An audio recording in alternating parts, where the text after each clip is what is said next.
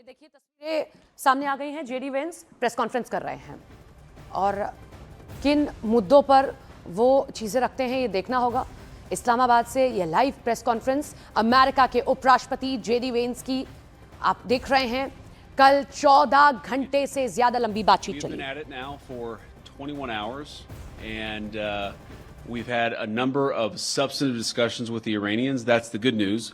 The bad news is that we have not reached an agreement. And I think that's bad news for Iran much more than it's bad news for the United States of America. So we go back to the United States having not come to an agreement.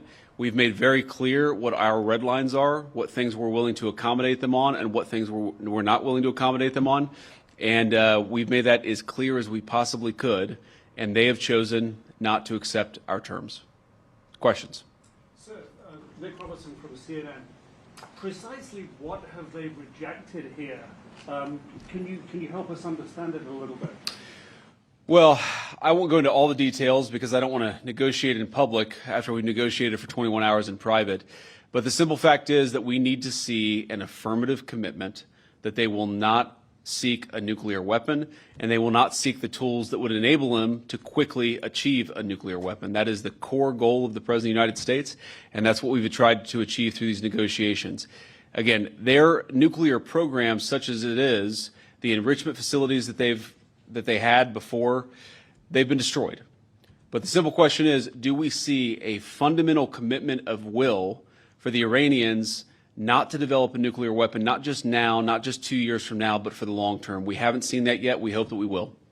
Jen. Was there a framework on anything? And also, did the Iranian frozen assets come up, and did you reach any conclusions on those frozen assets? We talked about all those issues, Jen, and we talked about a number of issues beyond that. And so certainly those things came up. But again, we just could not get to a situation where the Iranians were willing to accept our terms. I think that we were quite flexible. We were quite accommodating. The president told us, you need to come here in good faith and make your best effort to get a deal. We did that. And unfortunately, we weren't able to make any headway. Preston.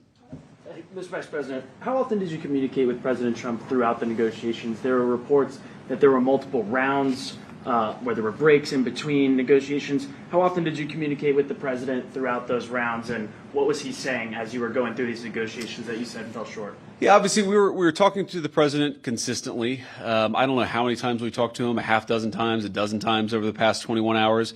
We obviously also talked to Admiral Cooper, to Pete, to Marco, to the entire national security team. We talked to Scott Bessent a number of times.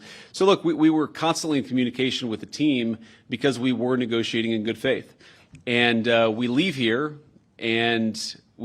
with a very simple proposal, a method of understanding that is our final and best offer. We'll see if the Iranians accept it. Thank you. Mr. Vice President, where does this lead this trade for move? Did you go back to Prime Minister Netanyahu at all today? JD Vance को आप सुन रहे थे। America के उपराष्ट्रपति साफ तौर पर कहा कि अभी सहमति नहीं बन पाई है। ईरान के साथ पहले दिन की अच्छी बातचीत हुई है, हम किसी समझौते तक नहीं पहुंचे हैं। हम कोर मुद्दा यही था हमारा कि आगे भी, अभी भी, और जो एनरिचमेंट किया है न्यूक्लियर वेपन्स को लेकर, वो नहीं ईरान करने वाला है। किसी भी तरीके की न्यूक्लियर एक्टिविटी न तो भविष्य में, ना ही अभी। और अगर पहले से भी किसी तरीके का संवर्धन किया है, एनरिचमेंट किया है सामान का, तो वो भी नष्ट किया जाए। अभी बातचीत पूरी तरीके से नहीं हुई है, अभी नतीजा नहीं निकला है, लेकिन ये जरूर कहा है कि अच्छी बातचीत हुई है। डोनाल्ड ट्रंप को, अमेरिका के राष्ट्रपति को, पल पल की जानकारी दी गई है। उन्होंने यहां यह भी जिक्र किया कि अमेरिकी राष्ट्रपति ने साफ तौर पर कहा कि आप एक अच्छी खबर के साथ आएंगे। मैं इस बात की उम्मीद करता हूं। शैलेंद्र वांगू हमारे साथ, हमारे सहयोगी जुड़ गए।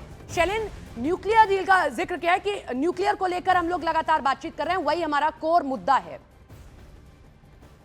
बिल्कुल, देखिए, जो बातचीत करीब करीब 21 घंटे चली इस्लामाबाद में, उसका कोई नतीजा निकलकर नहीं आया है, जो कि अमेरिका के उपराष्ट्रपति जेडी वांस ने खुद ही साफ कर दिया कि कोई समझौता नहीं हो पाया एक लंबी बातचीत के बाद।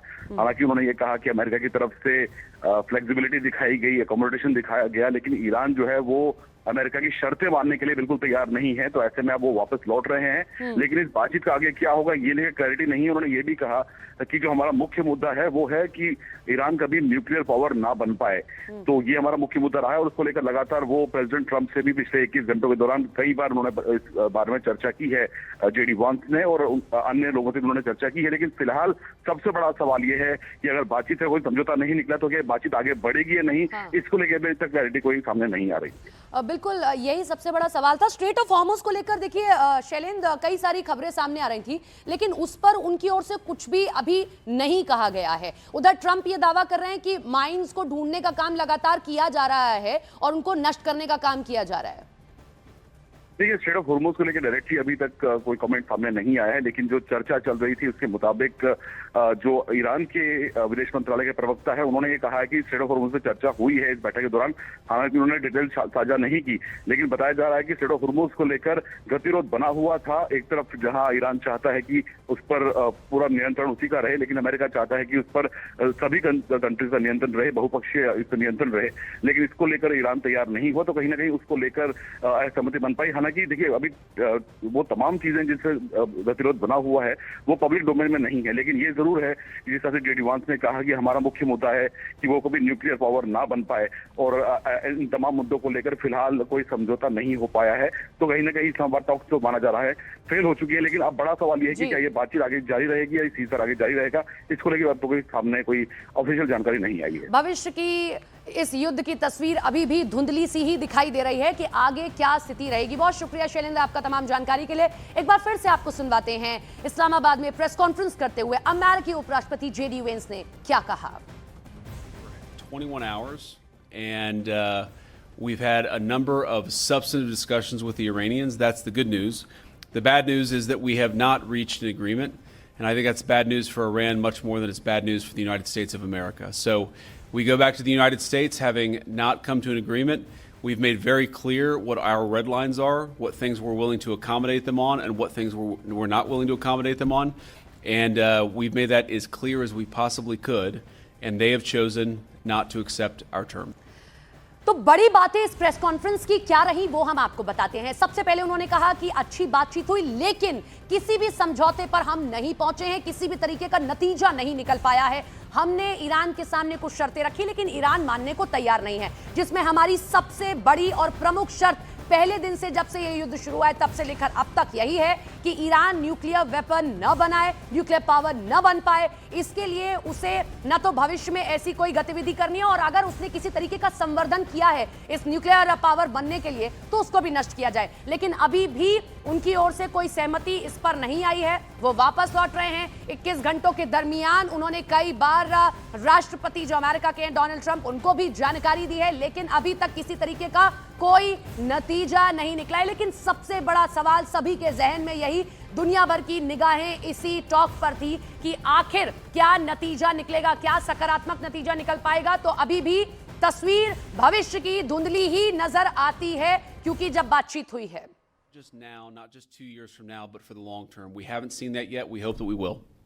Jen. Was there a framework on anything, and also did the Iranian frozen assets come up, and did you reach any conclusions on those frozen assets? We talked about all those issues, Jen, and we talked about a number of issues beyond that. And so certainly those things came up. But again, we just could not get to a situation where the Iranians were willing to accept our terms. I think that we were quite flexible. We were quite accommodating. The president told us, you need to come here in good faith and make your best effort to get a deal. We did that. And unfortunately, we weren't able to make any headway. Preston. Mr. Vice President, how often did you communicate with President Trump throughout the negotiations? There were reports that there were multiple rounds, where there were breaks in between negotiations. How often did you communicate with the president throughout those rounds, and what was he saying as you were going through these negotiations that you said fell short? Yeah, obviously we were talking to the president consistently. I don't know how many times we talked to him, a half dozen times, a dozen times over the past 21 hours. We obviously also talked to Admiral Cooper, to Pete, to Marco, to the entire national security team. We talked to Scott Bessent a number of times. So look, we were constantly in communication with the team because we were negotiating in good faith. And we leave here with a very simple proposal, a method of understanding that is our final and best offer. We'll see if the Iranians accept it. Thank you. तो ये आखिरी की line अगर आप सुने तो आप इसमें समझिए कि किस तरीके से जेडी वेंस ने कहा कि हमने एक फाइनल प्रपोजल ईरान के सामने रख दिया है कि आप न तो भविष्य में ना ही अभी किसी तरीके की न्यूक्लियर एक्टिविटी करेंगे, न्यूक्लियर पावर आप नहीं बनेंगे। अब देखना है कि ईरान इस समझौते को अपनाता है या नहीं। तो अब बातचीत तो अभी नहीं हो रही है, जेडी वेंस वापस लौट रहे हैं, लेकिन ईरान की ओर से क्या चीजें सामने आती है? क्या ईरान की ओर से भी कोई प्रेस कॉन्फ्रेंस की जाती है, सामने चीजों को रखा जाता है कि टेबल पर बैठकर जब बातचीत हुई है, 14 घंटे से लंबी बातचीत हुई है, तो ईरान क्या इन शर्तों को मानने को तैयार है? और क्या सिर्फ बातचीत इसी न्यूक्लियर पावर बनने पर हुई है या स्ट्रेट ऑफ हॉर्मुज भी? क्योंकि इस पूरे युद्ध में अगर जो सबसे बड़ा केंद्र निकलकर सामने आया है तो वो स्ट्रेट ऑफ हॉर्मुज है, क्योंकि स्ट्रेट ऑफ हॉर्मुज ने सिर्फ 3 देशों को प्रभावित नहीं किया है बल्कि खाड़ी के देशों को प्रभावित किया है, जिसमें कई सारे देशों में तेल की, गैस की जो आपूर्ति है वो नहीं हो पाई है। बिना समझौते के ही जेडी वेंस वापस लौटेंगे, हम वापस लौट रहे हैं, ये उनका बड़ा बयान रहा। ईरान को हमने बेस्ट ऑफर दिया है, ये हमारी ओर से एक बेस्ट ऑफर दिया गया। ईरान ने हमारी शर्तें नहीं मानी हैं, हम फ्लेक्सिबल रहे, हमने हर मुद्दे पर बातचीत की। 14 घंटे से लंबी बातचीत चली है, आप जरा अंदाजा लगाइए। और बार बार अमेरिका पहले दिन से, जब से उसने इस युद्ध को शुरू किया है तब से लेकर अभी तक वो इसी बात को दोहरा रहा है। ट्रंप लगातार कह रहे हैं कि हम न्यूक्लियर पावर तो नहीं बनने देंगे, ना तो भविष्य में बनने देंगे, और अगर अभी भी आपने किसी तरीके का कोई संवर्धन किया है तो उसको भी आपको नष्ट करना होगा। लेकिन ईरान की ओर से अभी तक कोई इस पर बयान सामने नहीं आया है। नेतन्याहू भी लगातार इसी बात को कह रहे हैं कि समझौते से सही तो फिर समझौते से सही, नहीं तो किसी और तरीके से, लेकिन हम ईरान को न्यूक्लियर पावर बनने से रोकेंगे। जेडी वेंस जो कि अमेरिका के उपराष्ट्रपति हैं, इस्लामाबाद पहुंचे कल उन्होंने बातचीत ईरान के साथ की। 14 घंटे से लंबी बातचीत चली है ये, लेकिन अभी भी ये बातचीत बेनतीजा रही है, किसी तरीके का कोई नतीजा नहीं निकला है। देखिए, न केवल ये 3 देश जो इस युद्ध में इन्वॉल्व हैं, जो इस युद्ध में आपस में लड़ रहे हैं, उनकी निगाहें थी, बल्कि दुनिया भर की नजरें इस पर टिकी हुई थी, क्योंकि ट्रंप से जुड़ा हुआ नाटो है। जो नाटो लगातार ट्रंप जिसको धमकी दे रहे हैं, लगातार कह रहे हैं कि आपने हमारी मदद नहीं की, तो निश्चित तौर पर जो यूरोपीय देश है उनकी भी नजरें थी कि क्या इस समझौते से सही परिणाम निकलकर सामने आ पाएगा। पहली चीज। दूसरी चीज ये कि अगर हम खाड़ी के देशों की बात करते हैं, क्योंकि ईरान ने जब से उस पर हमला हुआ लगातार कई खाड़ी के देश हैं उन पर हमला किया, क्योंकि वहां पर अमेरिका के मिलिट्री बेसेस मौजूद थे। तो ऐसे में उनकी भी नजरें इस टॉक पर थी, लेकिन नतीजा अभी निकलता नहीं दिखाई दे रहा है। To the Prime Minister of Pakistan and to Field Marshal Munir, who were both incredible hosts, and whatever shortcomings in the negotiation, it wasn't because of the Pakistanis, who did an amazing job and really tried to help us and the Iranians bridge the gap and get to a deal. We have been at it now for 21 hours, and we've had a number of substantive discussions with the Iranians. That's the good news. The bad news is that we have not reached an agreement, and I think that's bad news for Iran much more than it's bad news for the United States of America. So we go back to the United States having not come to an agreement. We've made very clear what our red lines are, what things we're willing to accommodate them on, and what things we're not willing to accommodate them on. And we've made that as clear as we possibly could, and they have chosen not to accept our terms. Questions? Sir, Nick Robertson from CNN. Precisely what have they rejected here? Can you help us understand it a little bit?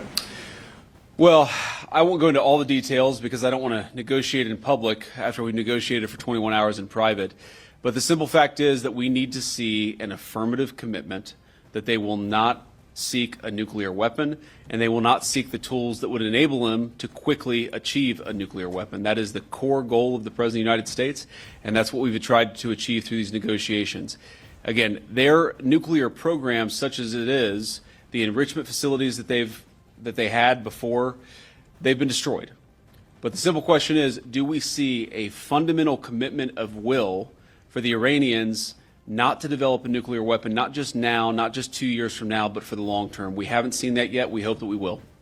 Jen. Was there a framework on anything? And also, did the Iranian frozen assets come up, and did you reach any conclusions on those ports and assets? We talked about all those issues, Jen, and we talked about a number of issues beyond that. And so certainly those things came up. But again, we just could not get to a situation where the Iranians were willing to accept our terms. I think that we were quite flexible. We were quite accommodating. The president told us, you need to come here in good faith and make your best effort to get a deal. We did that. And unfortunately, we weren't able to make any headway. Preston. Mr. Vice President, how often did you communicate with President Trump throughout the negotiations? There were reports that there were multiple rounds where there were breaks in between negotiations. How often did you communicate with the president throughout those rounds, and what was he saying as you were going through these negotiations that you said fell short? Yeah, obviously we were talking to the president consistently. I don't know how many times we talked to him, a half dozen times, a dozen times over the past 21 hours. We obviously also talked to Admiral Cooper, to Pete, to Marco, to the entire national security team. We talked to Scott Bessent a number of times. So look, we were constantly in communication with the team because we were negotiating in good faith. And we leave here with a very simple proposal, a method of understanding that is our final and best offer. America के लिए वापस लौट रहे हैं JD Vance और उससे पहले उन्होंने एक बड़ी प्रेस कॉन्फ्रेंस की है जिसमें बड़ी बातें उनकी ओर से रखी गई। जो बातचीत 14 घंटे के दरमियान हुई है ईरान और अमेरिका के बीच में, उसमें सबसे अहम पॉइंट रहा न्यूक्लियर पावर नहीं बनेगा ईरान।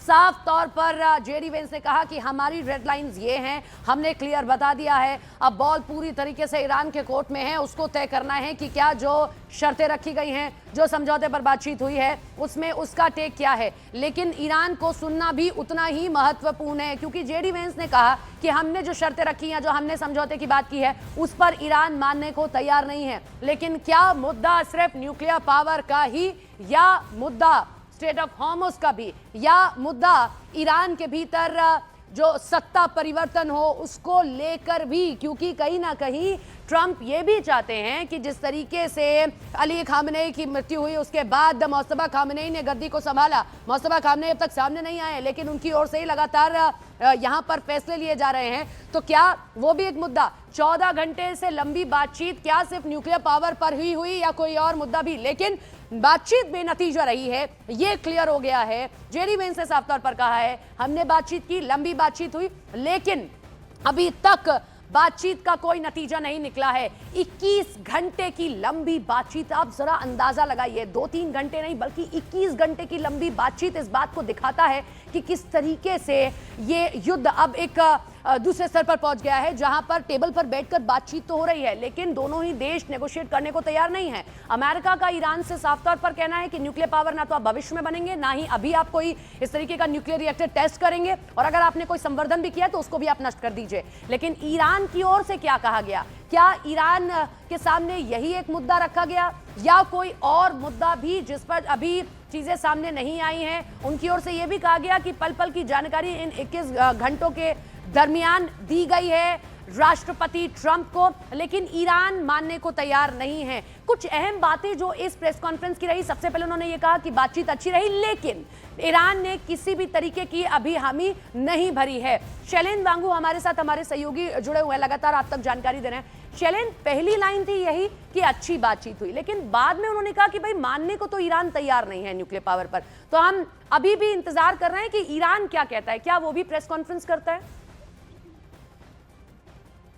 देखिए, अभी तक ईरान की तरफ से कोई बयान इसमें सामने नहीं आया है। 21 घंटे की बातचीत पूरी हो चुकी है, जिसके बाद उपराष्ट्रपति जेडी वांस ने साफ कर दिया कि भले ही 21 घंटे तक बातचीत चली हो, सभी मुद्दों पर बातचीत चली हो, लेकिन कोई समझौता नहीं हो पाया है। और उन्होंने जाते जाते आखिर में ये भी बोला कि हम एक प्रस्ताव रखे जा रहे हैं, और ये अंडरस्टैंडिंग का जो मेथड ऑफ अंडरस्टैंडिंग का ये डॉक्यूमेंट है, यानी कहीं ना कहीं जो बातचीत अब तक हुई है उसका एक ब्रीफ के साथ एक प्रस्ताव रखा गया है ईरान के सामने। तो ईरान इसे एक्सेप्ट करता है या नहीं, ये उनका आखिरी प्रस्ताव रहेगा, ये अमेरिका के उपराष्ट्रपति ने कहा है। हालांकि इसको लेकर अभी तक ईरान की तरफ से कोई औपचारिक स्टेटमेंट सामने नहीं आया। बातचीत खत्म होने के बाद हमने शुरुआत में ही देखा था कि इससे पहले ईरान के विदेश मंत्रालय के प्रवक्ता की तरफ से एक बयान आया है, जहां पर उन्होंने कहा है कि हम अपने हितों को, अपने इंटरेस्ट को दरकिनार करके कोई फैसला नहीं लेंगे और उसके लिए हम इस पे हम डटे हुए हैं। हालांकि उन्होंने कहा कि वो तमाम मुद्दों पर उन्होंने चर्चा की है, जिसे स्टेट ऑफ हुदूद भी शामिल है, लेकिन इस को लेकर अब आगे क्या होगा कि क्या दोबारा कोई बातचीत होगी या नहीं होगी, इसके लिए कोई रोड मैप अब तक सामने नहीं आया। सवाल यही है कि क्या आगे बातचीत होगी? अगर आप कोई प्रपोजल देकर जा रहे हैं, 2 हफ्ते का सीज फायर है, क्या आगे अब कहीं और भी बातचीत हो सकती है? क्योंकि अभी भी चीजें तो सामने क्लियर हुई ही नहीं, क्योंकि जो बात आपने कही कि ईरान तो लगातार पहले दिन से इसी पर अड़ा हुआ है, उसने तो अभी तक कोई चीज क्लियर नहीं की है। देखिए, बड़ा सवाल यही है कि इस्लामाबाद जो टॉक्स हो रही थी और पाकिस्तान बतौर एक मध्यस्थ की भूमिका निभा रहा था और ये बताया जा रहा था कि ये बातचीत की एक अच्छी शुरुआत हुई है, जहां पर एक सीज फायर के बीच में दोनों देश मिल रहे हैं। तो ऐसे में बातचीत करीब 21 घंटे चली और उपराष्ट्रपति ने कहा कि सभी मुद्दों पर बातचीत हुई, वो काफी फ्लेक्सिबल रहे, काफी अकोमोडेटिव रहे, लेकिन ईरान जो है वो उनकी शर्तें मानने के लिए तैयार नहीं है। हालांकि ईरान की तरफ से जो खबरें आ रही है उसके अंदर कहा जा रहा है कि अमेरिका ने जो शर्तें रखी हैं वो मानने लायक नहीं है, बहुत कड़ी शर्तें हैं। तो ऐसे में फ्रेमवर्क यानी कि प्रस्ताव, जो बातचीत का जो प्रस्ताव है, जो फ्रेमवर्क है, वो आगे नहीं बढ़ पाएगा। तो ऐसे में अब देखना ही होगा कि क्या ये बातचीत आगे बढ़ पाएगी नहीं बढ़ पाएगी, क्योंकि जाते जाते जैसे मैंने आपको कहा कि एक डॉक्यूमेंट रखा गया है, एक प्रस्ताव रखा गया, आखिरी प्रस्ताव रखा गया है अमेरिका की तरफ से ईरान के सामने। अगर वो एक्सेप्ट नहीं होता है तो माना जाएगा कि सीज फायर जो है वो जल्द खत्म हो सकती है और वापस जो जंग है वो